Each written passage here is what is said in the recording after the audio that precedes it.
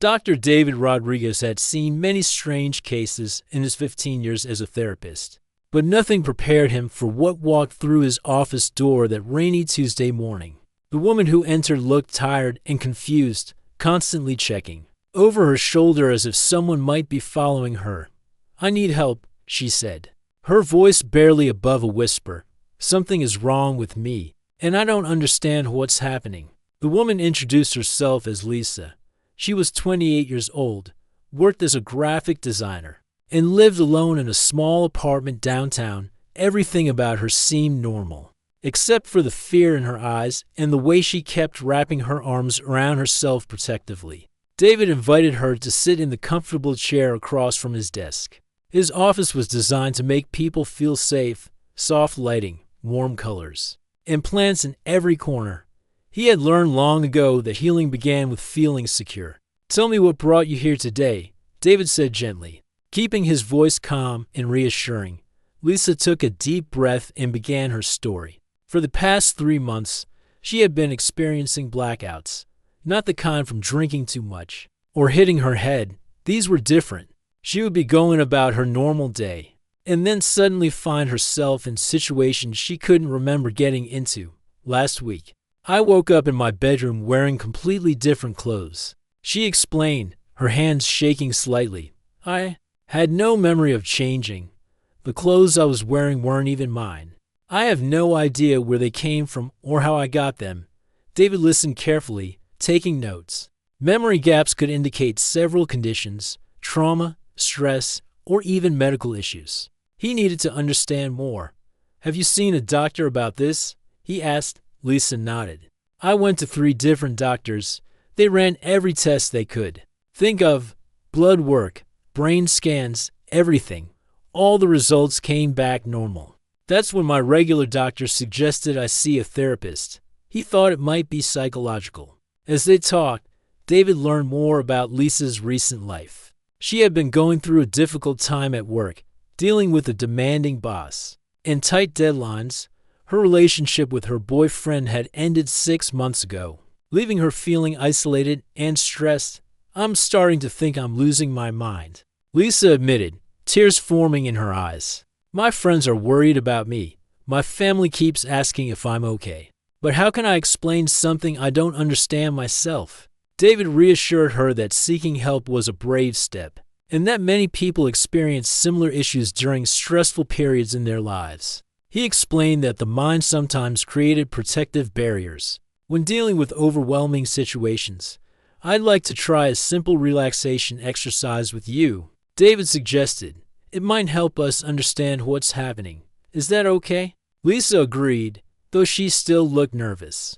David guided her through some basic breathing exercises, helping her settle into a more relaxed state. His voice was steady and professional as he helped her focus on releasing tension from her body. "Now, I want you to think about a place where you feel completely safe and at peace," David said softly, "a place where you can totally trust your surroundings." The moment the word trust left his lips, something extraordinary and alarming happened. Lisa's entire demeanor changed.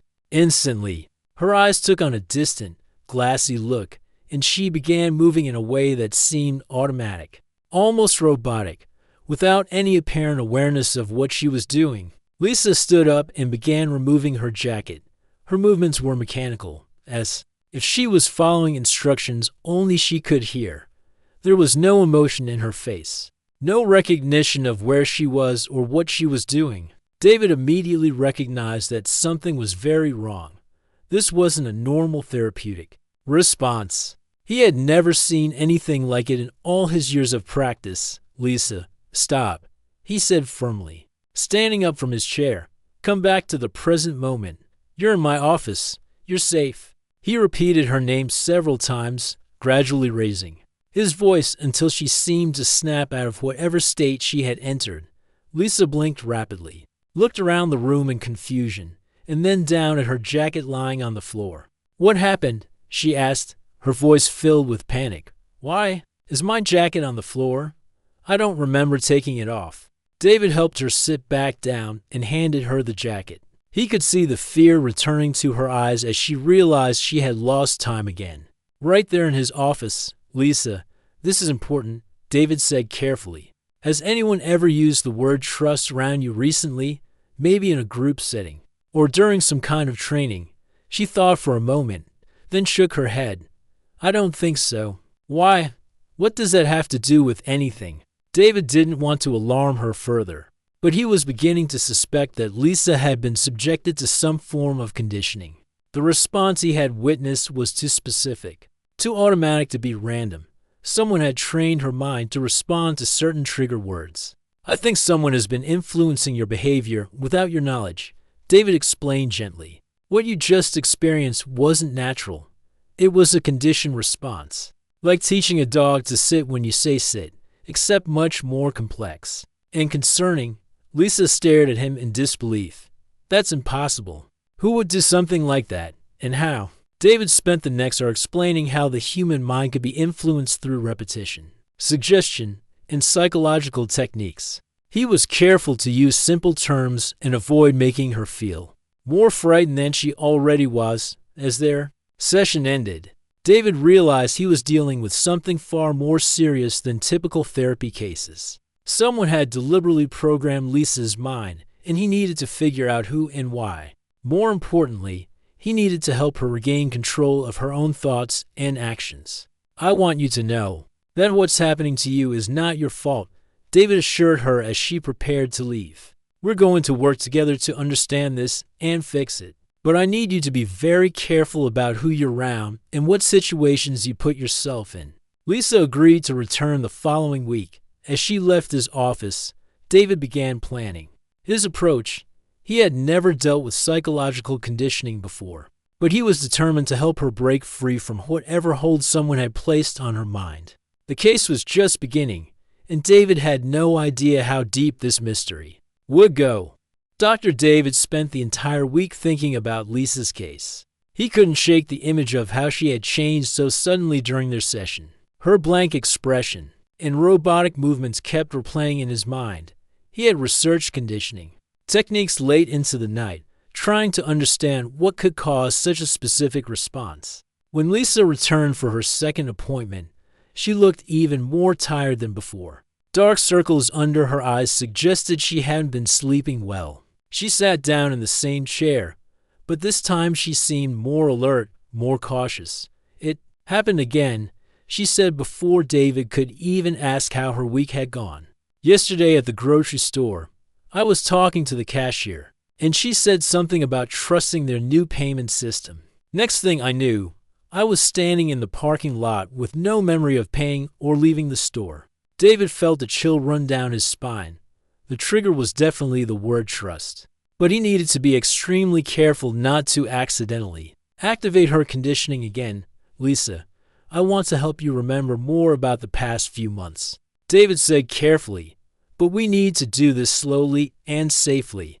I'm going to ask you some questions, and if you feel uncomfortable at any point, just tell me to stop. Over the next hour, David guided Lisa through her recent memories. They started with safe topics, her work, her daily routines, her hobbies. Gradually, he began asking about any new activities she might have tried or new people she had met. About 6 months ago, right after my relationship ended, I was feeling really lost. Lisa explained. I saw an advertisement for a personal development group. They promised to help people overcome their fears and become more confident. David leaned forward. Interested? Tell me more about this group. It was called Freedom Minds, Lisa continued. They held meetings twice a week in a rented conference room downtown. The leader was this really charismatic man named Vincent. He seemed to know exactly what to say to make everyone feel special and understood.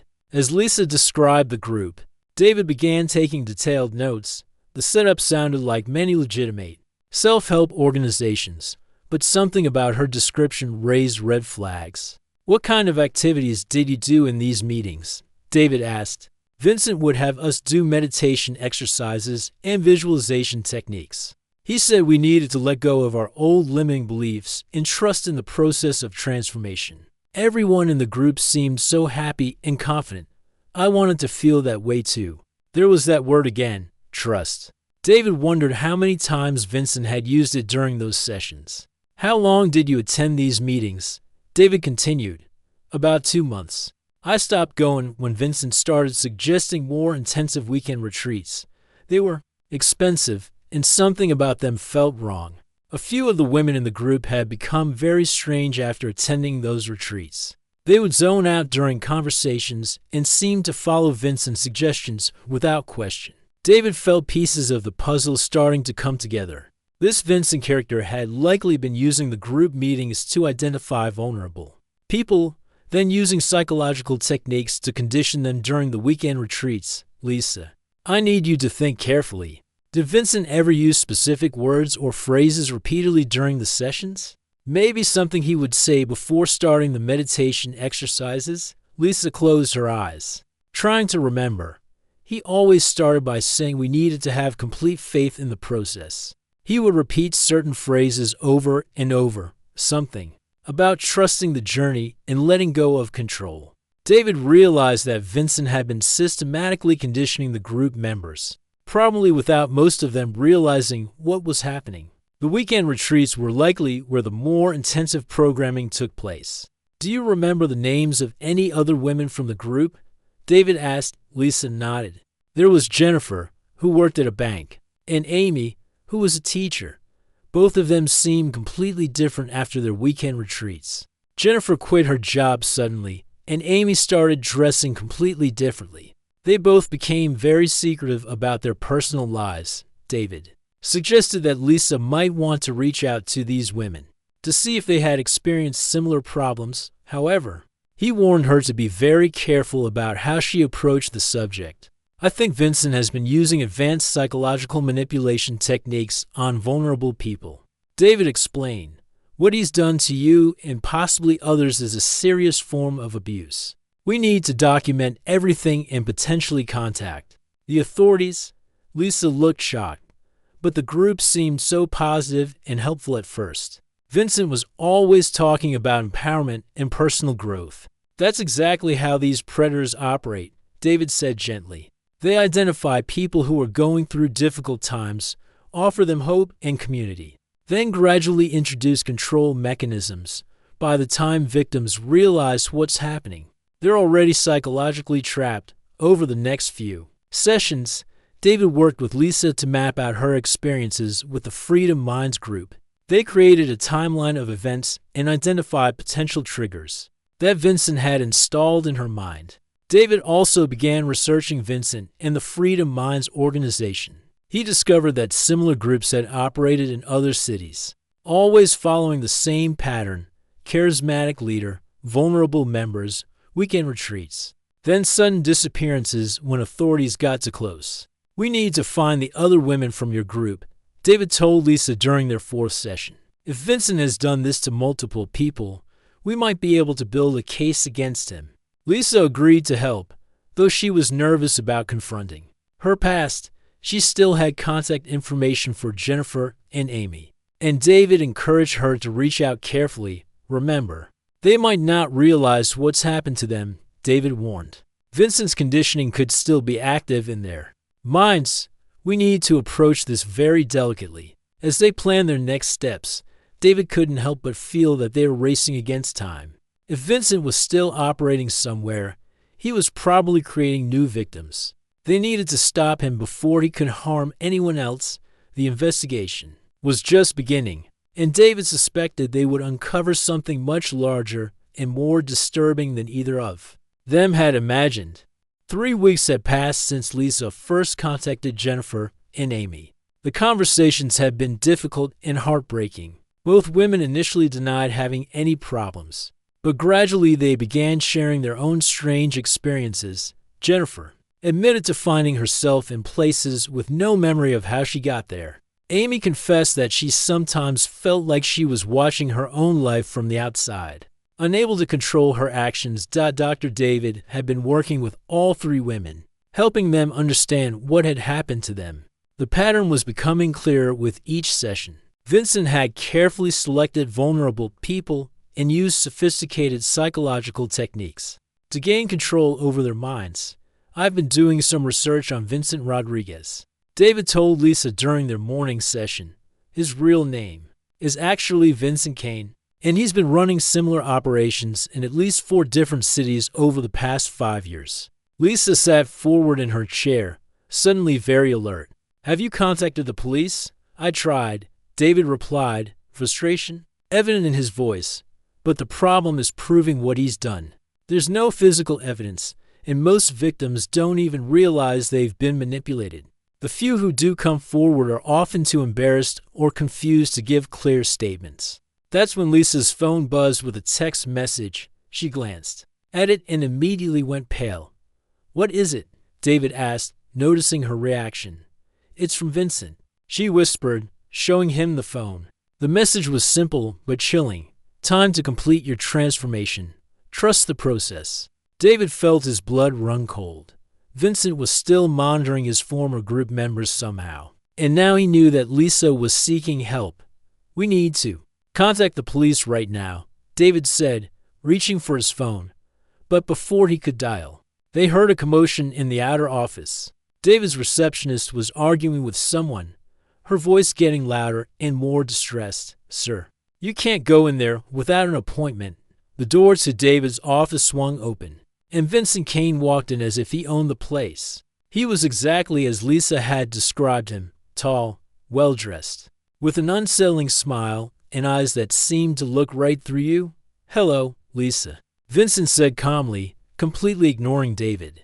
I've missed our sessions together. Lisa immediately tensed up, and David could see her struggling against some internal force. Vincent's mere presence seemed to be affecting her, bringing back the conditioning that David had been working so hard to break. You need to leave immediately, David said firmly, standing up and positioning himself between Vincent and Lisa. I'm calling security. Vincent laughed softly. Security won't be necessary, Doctor. I'm just here to collect what belongs to me. Lisa belongs to herself, David replied. Whatever you did to her, we're going to undo it. What I did, Vincent's voice took on a mocking tone. I helped her become her true self. I freed her from the limitations society placed on her mind. She was so grateful for the transformation. David could see Lisa struggling in her chair, as if fighting against invisible chains. Vincent hadn't even used any trigger words yet, but his presence alone was enough to activate some of the conditioning. Lisa, remember what we've been practicing, David said softly. You are in control of your own mind. You have the power to choose your own actions. Vincent stepped closer, his voice becoming hypnotically smooth. Lisa, you remember how good it felt to let go of control. How peaceful it was to simply follow guidance and trust in something greater than yourself. Lisa's eyes began to take on that distant look David had seen before. He realized that Vincent was using multiple psychological techniques at once. His tone of voice, specific word choices, even his posture and movements were all designed to trigger the conditioning. Stop it, David shouted, moving directly in front of Vincent. What you're doing is psychological abuse. You're using illegal mind control techniques. Mind control. Vincent smiled coldly. I prefer to think of it as advanced persuasion. And it's not illegal if people volunteer for it. Lisa came to my group willingly. She participated in every exercise. She chose to attend the weekend retreats. She didn't know what you were really doing, David argued. You deceived her and the others. I opened their minds to new possibilities, Vincent countered. Society fills people with so many rules and restrictions. I simply helped them break free from those mental prisons. While they argued, Lisa was fighting her own internal battle. David could see her hands clenching and unclenching, her breathing becoming irregular. The conditioning was pulling her in one direction, while her growing self-awareness was pulling her in another. Lisa, Vincent said, his voice becoming more commanding. It's time to remember who you really are. Remember the freedom you felt when you learned to trust completely. No, Lisa said suddenly, her voice stronger than David had ever heard it. I remember what you did to me. I remember the weekend retreat where you used those strange exercises. I remember waking up feeling different, like part of my mind wasn't my own anymore. Vincent's confident expression faltered for the first time. You're confused, Lisa. The therapy you've been receiving has clouded your memories. I'm not confused. Lisa stood up, facing Vincent directly. You stole pieces of my mind. You turned me into someone I wasn't. But I'm taking myself back. The confrontation continued for several more tense minutes. Vincent tried various psychological tactics to regain control.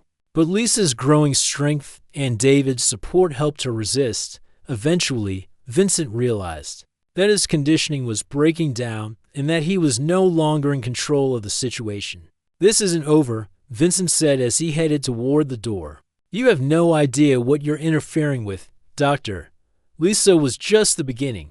After Vincent left, Lisa collapsed back into her chair, emotionally exhausted but victorious. She had faced her manipulator and found the strength to resist his control.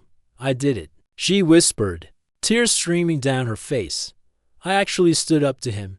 David felt a surge of pride and relief. The confrontation had been dangerous, but it had also been a crucial step in Lisa's recovery. She had proven to herself that Vincent's power over her could be broken. However, David knew this was far from over. Vincent's parting words suggested he had other victims, and his willingness to confront them directly meant he was becoming desperate and potentially more dangerous. The days following Vincent's unexpected visit to Dr. David's office were the hardest Lisa had ever experienced. Something about seeing her former group leader face to face had triggered a flood of suppressed memories. They came back in fragments, pieces of conversations, flashes of strange exercises, and glimpses of weekend retreat activities that she had completely forgotten. Lisa found herself waking up in the middle of the night, her heart racing from dreams that felt more like memories. In these dreams, she saw herself and other group members sitting in circles, repeating phrases over and over while Vincent watched them with that unsettling smile.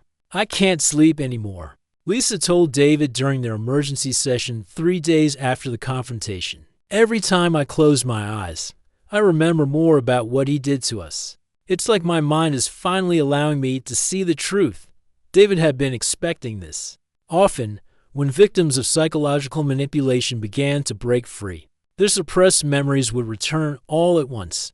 It was a necessary part of healing, but it was also extremely difficult to endure.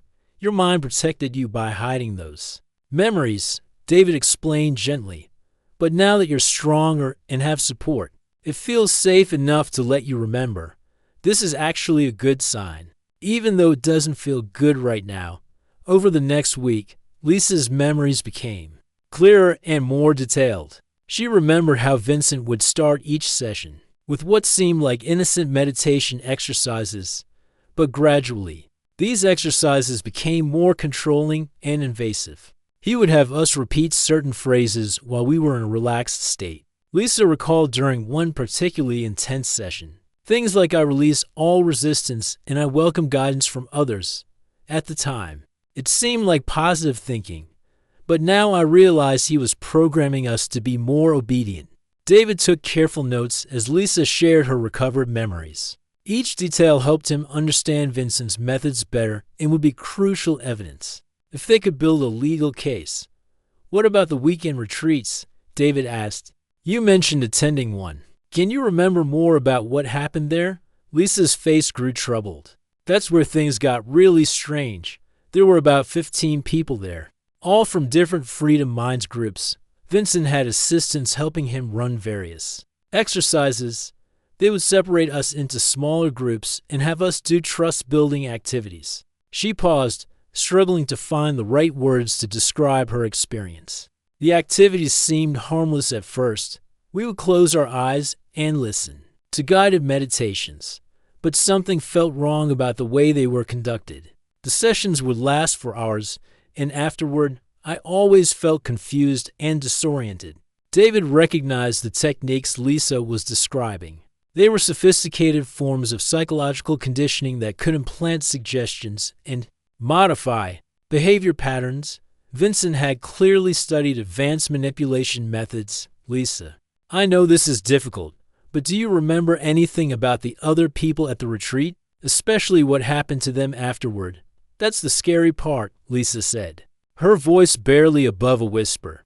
Some of them seemed completely different when the weekend was over. There was one woman named Rachel who had been outgoing and confident when she arrived. By Sunday evening, she was quiet and submissive, almost like she was sleepwalking through conversations. As Lisa continued sharing her memories, David realized the full scope of Vincent's operation.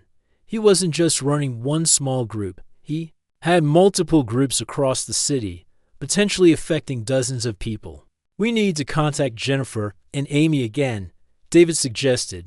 "If your memories are returning, theirs might be too. And we need to try to find some of the other people who attended that retreat with you," Lisa agreed. Though she was nervous about reaching out to other victims, she still felt fragile from her own memory recovery process, but she knew that helping others was important. Over the following week, Lisa managed to contact 3 other people from the retreat. 2 of them initially denied having any problems, but one woman named Christina was eager to talk. She had been experiencing the same kinds of blackouts and memory gaps that Lisa had suffered from. "I've been feeling like I'm losing my mind," Christina told Lisa over the phone. "I'll be in the middle of doing something normal, and then suddenly find myself somewhere else with no memory of how I got there." Lisa arranged for Christina to meet with David, and soon they had another person working with them to understand Vincent's methods. Christina's memories were still mostly suppressed, but with David's help, she began to recover fragments of her experience. "He made us believe we were becoming better people," Christina said during one of her sessions. "But really, he was taking away our ability to think for ourselves." As more victims came forward, David began documenting everything carefully. He was building a case file that detailed Vincent's methods, the locations where he operated, and the specific techniques he used to control people's minds. What we're uncovering here could help law enforcement understand how these psychological predators operate, David told Lisa during one of their sessions. "Your courage in speaking out is going to help protect other people from going through what you experienced." Lisa felt a sense of purpose growing alongside her healing. The trauma she had endured was terrible, but if sharing her story could prevent others from suffering the same fate, then something positive could come from her experience. "I want to do more than just recover," Lisa told David. "I want to make sure Vincent can't hurt anyone else. Whatever it takes, I'm ready to help stop him." David admired Lisa's determination, but he also worried about her safety. Vincent had already shown that he was willing to confront them directly. As more victims came forward and their case grew stronger, Vincent would likely become more desperate and potentially more dangerous. The breakthrough in Lisa's memory recovery was crucial for understanding what had happened to her, but it also marked the beginning of a new phase in their fight against Vincent's manipulation network. 6 months had passed since Lisa first walked into Dr. David's office. Confused and frightened by her strange blackouts, now, as she sat in the same chair where her journey to recovery had begun, she felt like a completely different person. The scared, lost woman who had entered his office had been replaced by someone strong, confident, and determined to help others. "I never thought I'd say this," Lisa told David with a genuine smile. "But I'm grateful for everything that happened. Not because it was good, but because of who I've become because of it." The past few months had been a whirlwind of activity. After gathering testimonies from 7 different victims of Vincent's psychological manipulation, they had finally convinced the police to take their case seriously. Detective Rodriguez, who specialized in unusual crimes, had been assigned to investigate the Freedom Minds organization. "Your documentation made all the difference," Detective Rodriguez had told David during one of their meetings. "Most cases like this fall apart because victims can't clearly explain what happened to them. But you've given us a roadmap of exactly how this predator operates." The investigation had revealed that Vincent's operation was much larger than anyone had initially suspected. He had been running similar groups in 5 different cities, affecting potentially hundreds of people over several years. Each group followed the same pattern: recruit vulnerable individuals, build false community, then use weekend retreats for intensive psychological conditioning. Vincent had been arrested 2 months ago at a hotel where he was conducting another weekend retreat. When police raided the location, they found detailed files on group members, including psychological profiles and notes about their specific vulnerabilities. It was clear evidence of his systematic approach to manipulation. The trial starts next week, Lisa told David during their session. I'm nervous about testifying, but I know it's important. David had been preparing Lisa and the other victims for their court appearances. Testifying about psychological abuse was difficult because the damage wasn't visible like physical injuries. They had to help the jury understand how someone's mind could be controlled without their awareness. Remember, you're not just speaking for yourself, David reminded her. You're giving a voice to everyone who's been through this kind of manipulation but doesn't have the strength to come forward. The trial lasted 3 weeks and received significant media attention. It was one of the first major cases to focus specifically on psychological manipulation and mind control techniques. Legal experts watched closely, knowing it could set important precedents for future cases. Lisa's testimony was powerful and clear. She explained how Vincent had gradually gained control over her thoughts and actions, using techniques that seemed helpful at first but became increasingly invasive. She described the weekend retreat where the most intensive conditioning took place, and how the programming had continued to affect her behavior for months afterward. He didn't just hurt me, Lisa told the court. He stole pieces of my mind. He turned me into someone I wasn't and made me do things I would never choose to do. The worst part was that I didn't even know it was happening. Christina and the other victims also testified, each adding their own piece to the larger picture of Vincent's systematic abuse. Jennifer spoke about how the conditioning had affected her work, performance, and personal relationships. Amy described the confusion and self-doubt she had experienced for months. The prosecution presented evidence of Vincent's files, which contained detailed plans for psychological conditioning. Expert witnesses explained how these techniques could be used to override a person's normal decision-making processes and implant new behavioral patterns. Vincent's defense attorney tried to argue that the group activities were simply alternative therapy methods and that all participants had voluntarily attended the sessions. But the evidence was overwhelming, and the victims' testimonies clearly demonstrated the non-consensual nature of the psychological manipulation. The jury deliberated for 2 days before returning with a guilty verdict on multiple charges of psychological abuse, fraud, and conspiracy. Vincent was sentenced to 12 years in prison, and the judge ordered him to pay restitution to his victims. Justice has been served, Detective Rodriguez told the media after the sentencing.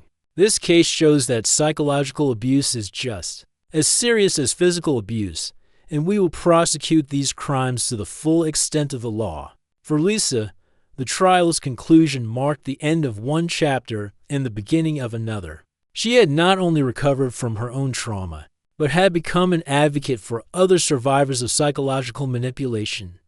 I want to start a support group, Lisa told David during one of their final regular sessions. There are so many people out there who've been through similar experiences, but don't know where to turn for help. David fully supported her idea and offered to help her establish the group. He had also been contacted by several universities who wanted him to research and teach about psychological manipulation recovery methods. Your case has opened doors for helping other people in ways we never imagined, David told her. The therapeutic techniques we developed together are being studied by mental health professionals around the country. Lisa's support group, which she named Mind Freedom, met weekly in a community center downtown. Within 6 months, it had grown to include over 30 members, all survivors of various forms of psychological manipulation and control. The most important thing I learned, Lisa often told new group members, is that recovery is possible. No matter how deep the programming goes, your real self is still in there. It just takes time, support, and determination to bring it back to the surface. David continued his research into psychological manipulation recovery, publishing papers that help other therapists understand how to treat similar cases. He often spoke at conferences about the importance of recognizing and addressing this hidden form of abuse. Years later, Lisa would look back on her experience with Vincent as a turning point in her life. not because she was grateful for the trauma, but because of how she had chosen to respond to it. She had transformed her victimization into a mission to help others, and in doing so, had found her true purpose. Sometimes the worst things that happen to us can lead to the most meaningful parts of our lives, she would tell people. Not because the bad things were good, but because of how we choose to grow from them. The case against Vincent had ended, but Lisa's work as an advocate and David's research into psychological manipulation recovery continued. Together, they had proven that even the most sophisticated forms of mind control could be overcome with the right support and determination. This story had become a beacon of hope for survivors everywhere, showing that healing was possible, and that speaking out could make a real difference in protecting others from similar harm.